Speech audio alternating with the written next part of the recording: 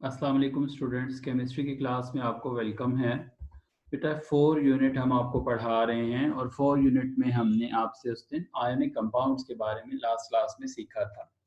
आज हमारी next class है और आज हमारा टॉपिक है कोवेलेंट बॉन्ड्स। मैं उम्मीद करता हूं कि आप लोगों ने इन 2 दिनों के अंदर अपना पिछला रुका हुआ काम सारा कंप्लीट कर लिया होगा और टेस्ट योरसेल्फ 4.1 भी आप लोग कॉपीज पर मुकम्मल कर चुके होंगे।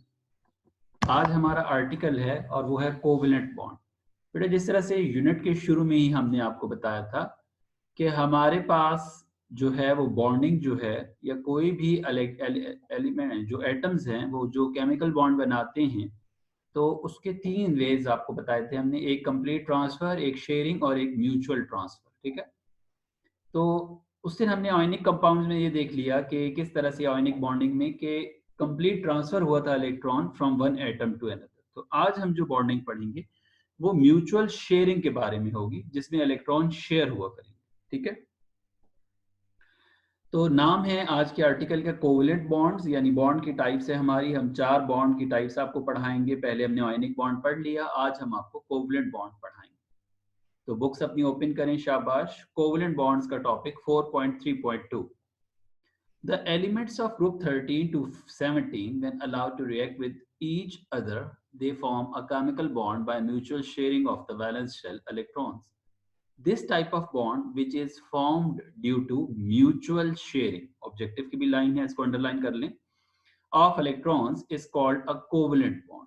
ठीक है बेटा, कोवलेंट बॉन्ड ऐसा बॉन्ड है, ठीक है, ऐसी टाइप ऑफ बॉन्डिंग है जिसमें इलेक्ट्रॉन्स की म्यूचुअल शेयरिंग हो।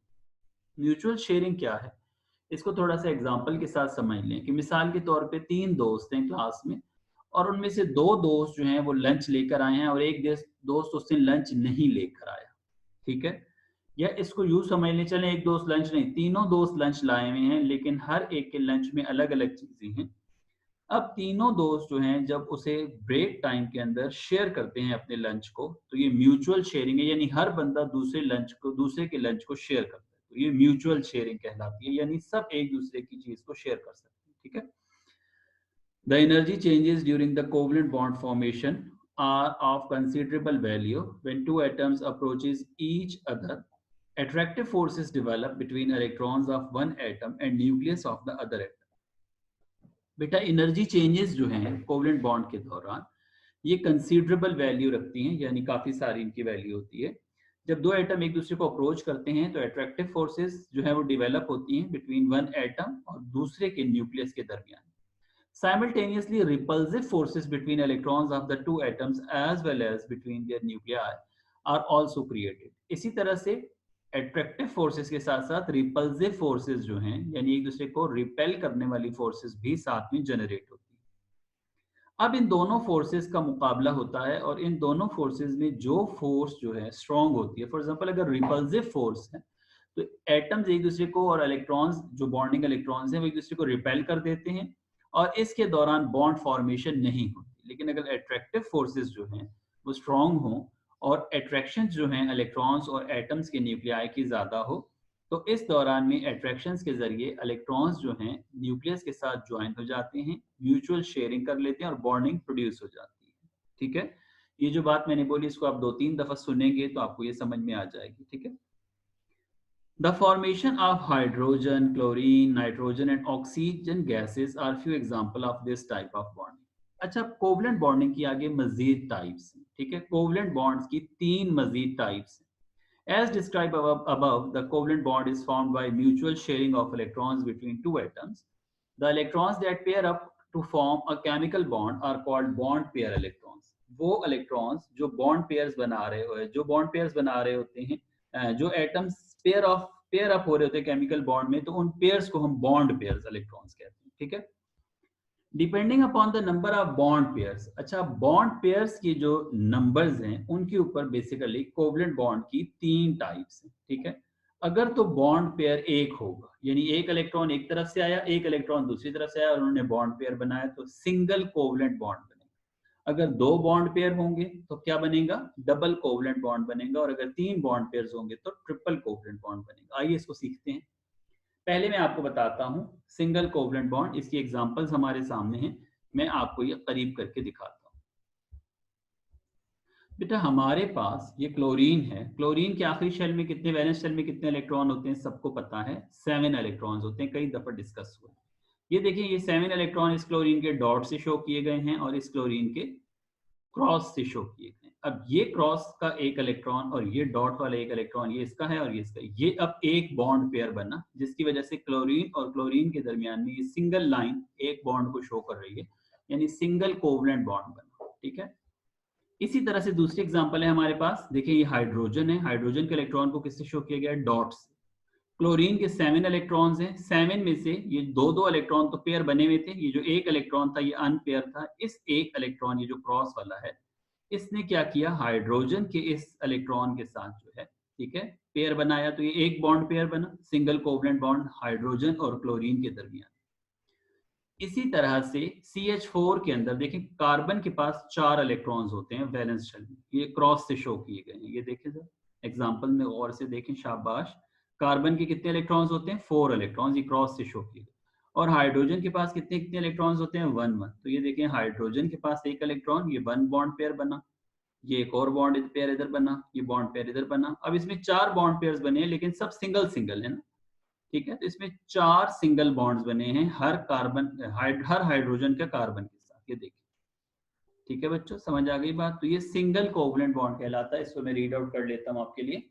When one electron is contributed by each bonded atom, one bond pair is formed and it forms a single covalent bond.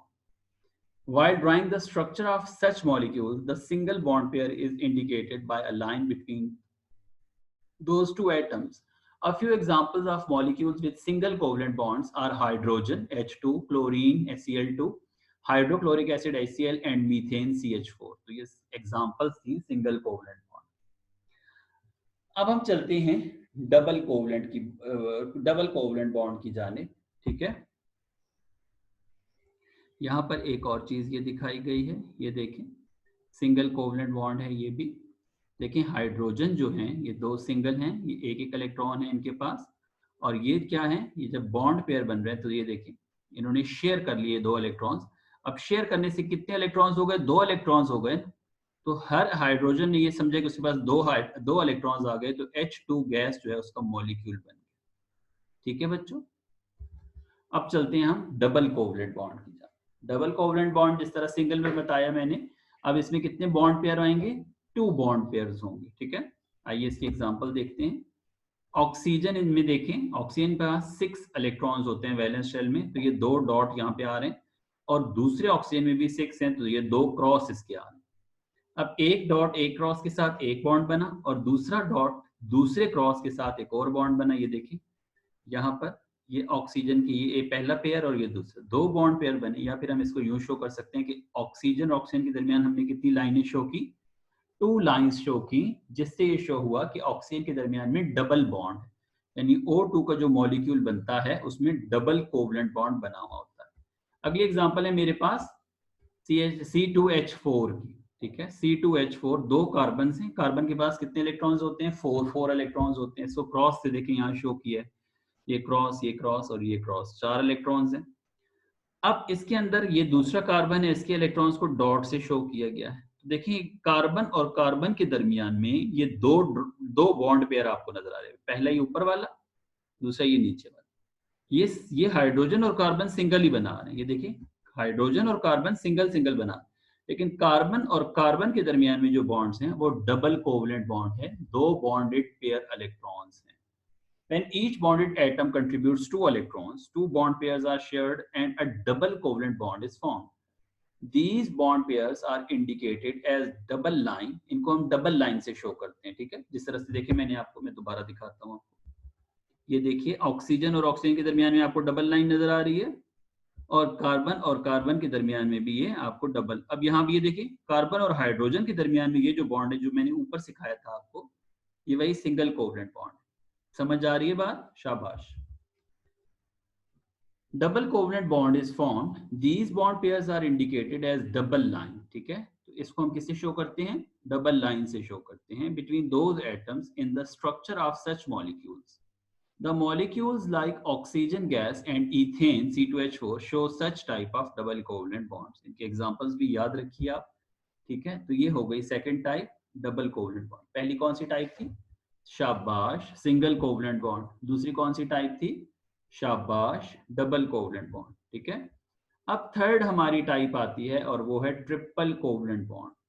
Triple covalent bond में बिल्कुल इसी तरह से, बिल्कुल आप सही समझे कि अब इसमें 3 पेयर ऑफ इलेक्ट्रॉन्स होंगे, बॉन्डेड पेयर इलेक्ट्रॉन होंगे जो बॉन्डिंग में हिस्सा ले लेंगे। आए इसके भी पहले एग्जांपल्स आपको मैं सिखा देता हूं, यहां से गौर से देखें। नाइट्रोजन की एग्जांपल है। देखिए बेटा, नाइट्रोजन के पास 5 इलेक्ट्रॉन्स होते हैं। ये 2 नाइट्रोजन शो किए गए हैं।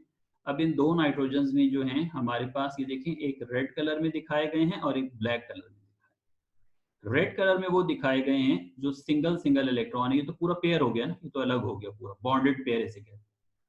ठीक है, नहीं ये बॉन्डेड पेयर नहीं है, बस ये पेयर है, लोन पेयर है। इसको हम भी छोड़ देते हैं, लोन पेयर में अगली टाइप ऑफ बॉन्डिंग में सिखाऊंगा। इसी तरह नाइट्रोजन, इसके पास भी ये 2 क्रॉस में शो, ये क्रॉस इस वजह से शो, ये क्रॉस और डॉट और कुछ नहीं, सिर्फ समझाने के लिए, ठीक है, ताकि आपको एक एटम और दूसरे एटम के इलेक्ट्रॉन्स अलग अलग समझ में आए। ठीक है, अब यहाँ ये 3 इलेक्ट्रॉन्स हैं, हर डॉट एक क्रॉस के साथ, देखें हर डॉट एक क्रॉस के साथ जो है बॉन्ड बना रहा है। तो कितने बॉन्ड पेयर बने? ये पहला पेयर, ये दूसरा पेयर और ये तीसरा पेयर। समझ आ गई बात? दोबारा बताता हूं। नाइट्रोजन के आखिरी शेल में 5 इलेक्ट्रॉन्स मौजूद होते हैं। ठीक है, 5 इलेक्ट्रॉन्स प्रेजेंट होते हैं। तो 5 में से ये जो सिंगल एक एक इलेक्ट्रॉन थे, 2 तो ये अलग हो गए, और ये रेड कलर में दिखाए गए हैं जो पेयर बनाएंगे, इधर क्रॉस में दिखाए गए हैं, वहां डॉट में दिखाए गए। अब ये डॉट और क्रॉस पहला पेयर, ये डॉट और क्रॉस दूसरा पेयर, और ये डॉट और क्रॉस थर्ड पेयर। अब ये 3 पेयर्स जो हैं नाइट्रोजन के, ये देखें 1 2 3 लाइन से इसको शो किया गया, ट्रिपल कोवलेंट बॉन्ड बनते हैं और हर नाइट्रोजन के पास एक पेयर ऑफ इलेक्ट्रॉन जो है वो अनबॉन्डेड रह जाता है, यानी वो बॉन्डिंग में हिस्सा नहीं लेता। ठीक है, और ये N2 बन जाती है। दूसरी जो एग्जांपल है कार्बन की, अगर कार्बन और कार्बन के 3 इलेक्ट्रॉन पेयर्स जो हैं, बॉन्ड पेयर्स जो हैं, ये देखिए पहला पेयर इस क्रॉस डॉट, ये दूसरा पेयर क्रॉस एंड डॉट, और ये तीसरा पेयर क्रॉस एंड डॉट, और ये जो रेड कलर में दिखाया गया है कार्बन हाइड्रोजन का, ये सिंगल कोवलेंट बॉन्ड। अब देखें कार्बन और कार्बन के दरमियान में कितने बॉन्ड बन गए? 3 कोवलेंट बॉन्ड बने, और ट्रिपल कोवलेंट बॉन्ड बना, ये इथाइन बनी। ठीक है, इसको पढ़ लेते हैं। When each bonded atom contributes 3 electrons, 3 bond pairs are involved in bond formation. This type is called triple covalent bond. 3 small lines are used to indicate these 3 pairs of electrons between those atoms in the molecules of such compounds. अब इसमें हम क्या करते हैं, 3 छोटी लाइनों के साथ इसको इंडिकेट करते हैं। जिस तरह सिंगल कोवलेंट बॉन्ड को हमने किससे किया था? एक सिंगल लाइन से किया था। डबल कोवलेंट बॉन्ड को हमने किससे किया था? 2 डबल लाइन से, छोटी छोटी 2 लाइनें लगाई थी। और ट्रिपल बॉन्ड को हम किससे शो कर रहे हैं? 3 छोटी लाइनों से रिप्रेजेंट कर रहे हैं। शाबाश, ठीक है। By mutual sharing of valence shell electrons, each of the contributing atom attains the octet or nearest noble gas electronic configuration. तो इसके जरिए क्या होता है, इन म्यूचुअल शेयरिंग के जरिए, कि हर एटम जो है वो अटेन कर लेता है ऑक्टेट, या फिर अपने करीब तरीन जो नोबल गैस है उसकी इलेक्ट्रॉनिक कन्फिग्रेशन जो है वो अटेन कर लेता है। Do you know, नोट है आपके लिए, the electronic configuration of the valence shells of atom is shown in small dots or crosses around the symbols of the element. ये जो आपने मैंने डॉट एंड क्रॉस सिखाए हैं, each dot or cross represent an electron. This is standard method of Lewis. ये Lewis एक scientist थे, ठीक है, और electronic configuration of valence electron shells को किसी भी एटम में शो करने के लिए ये मेथड उन्होंने बताया था। This is a standard method of Lewis to describe the electronic configuration of valence shell of an atom. It is called Lewis structure diagram. इसे क्या कहते हैं? Lewis structure diagram कहते हैं। तो आज आपका टॉपिक यहीं तक था, आप इसको रिपीट करें। कोवलेंट बॉन्ड की डेफिनेशन, फिर कोवलेंट बॉन्ड की 3 type, single covalent bond, double covalent bond और ट्रिपल कोवलेंट बॉन्ड। ठीक है बच्चों, समझ आ गई बात? अभी फिलहाल कॉपी पर आज इसका नहीं है काम, कॉपी पे इसका कल काम होगा, लेकिन आप इसको रिपीट करें, बार बार सुने, ताकि आपको ये तैयार हो जाए, समझ में आ जाए बहुत अच्छी तरह से। आज की क्लास यहाँ एंड करते हैं। अल्लाह हाफिज।